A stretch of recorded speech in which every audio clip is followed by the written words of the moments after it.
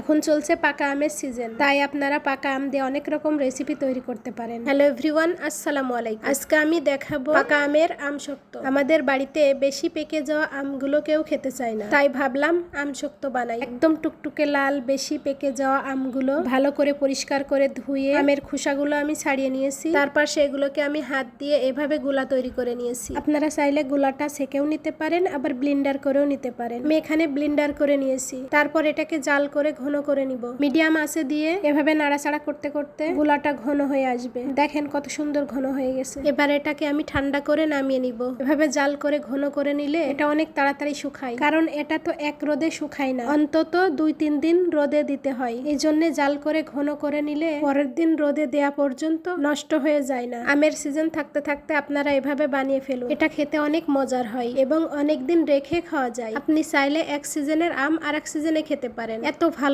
থাকে এটা। তবে হ্যাঁ, এটার জন্য আপনাকে অনেক কড়া রোদে এটা শুকাতে হবে।